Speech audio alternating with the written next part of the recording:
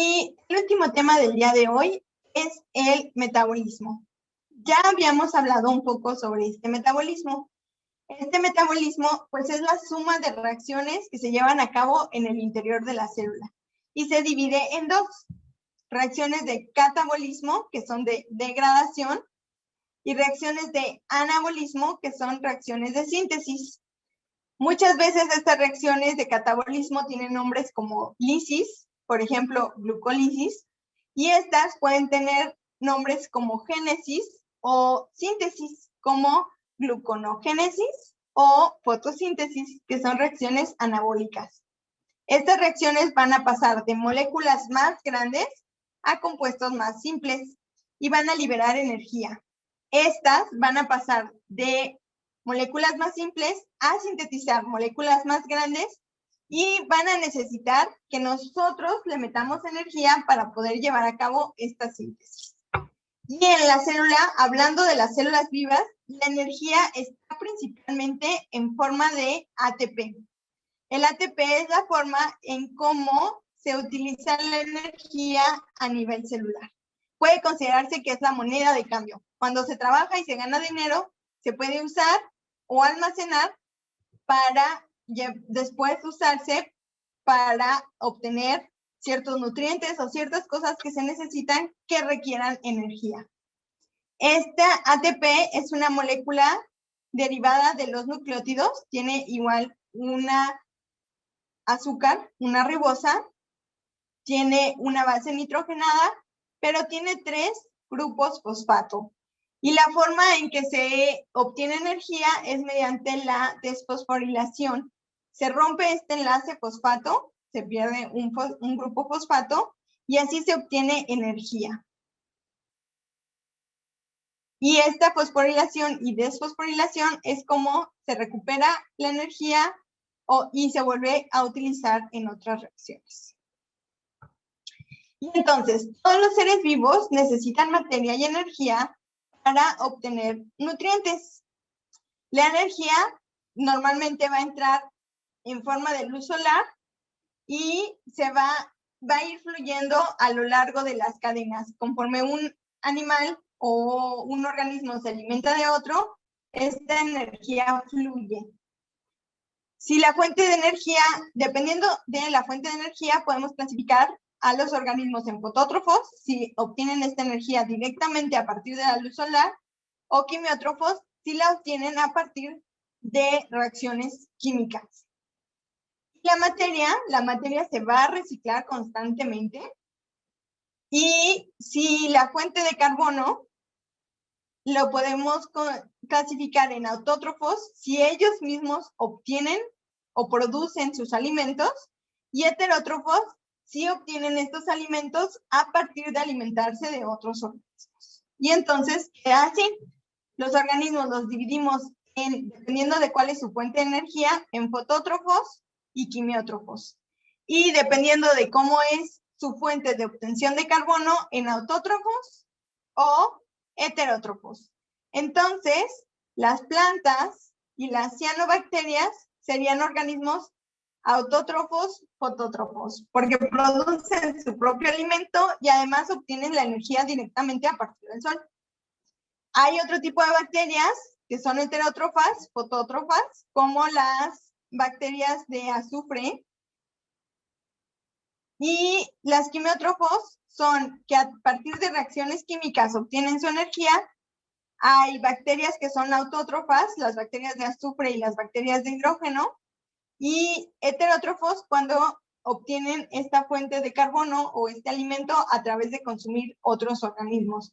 La mayoría de las bacterias están aquí y nosotros animales también estamos aquí. Somos heterótrofos, quimiótrofos.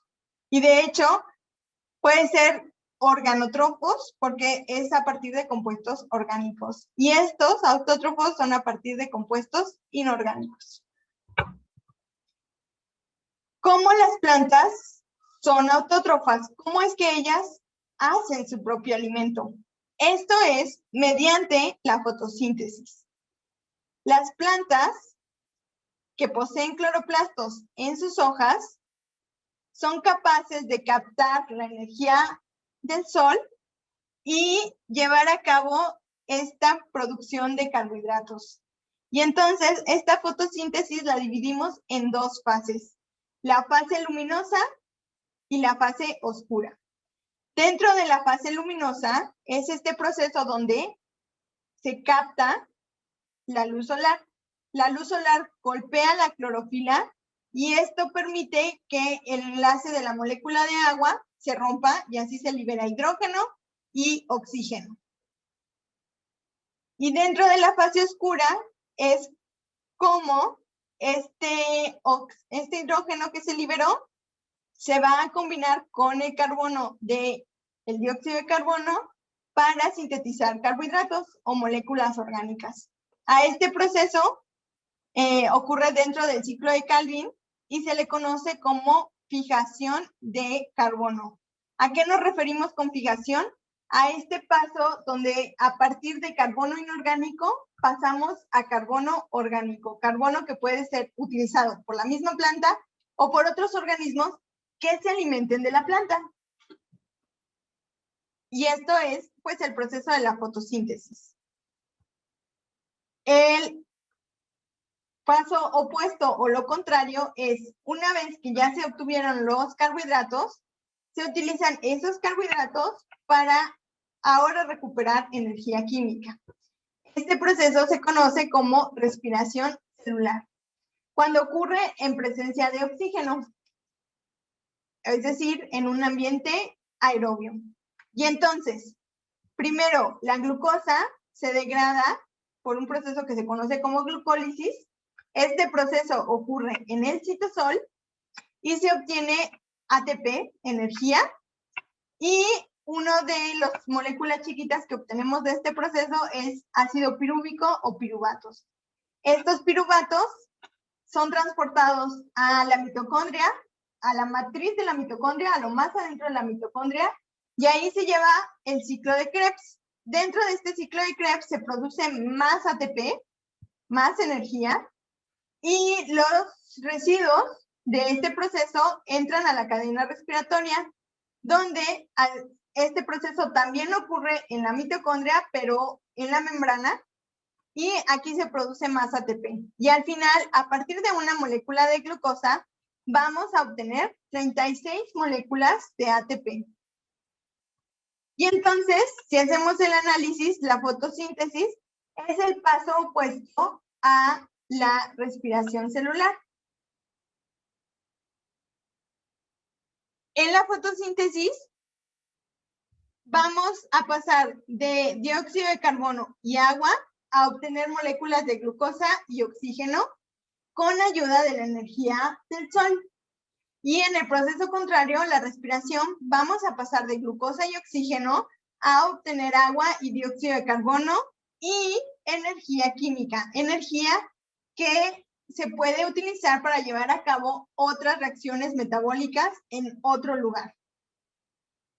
Y aunque aquí ya les puse mitocondria versus cloroplasto, en realidad las plantas también tienen mitocondrias y también realizan este proceso de respiración celular, solo que este va a ocurrir en el cloroplasto y este va a ocurrir en las mitocondrias. Aquí obtenemos energía de luz del sol y aquí al final, bueno, más bien aquí es la fuente de energía y aquí vamos a obtener energía química para otros procesos.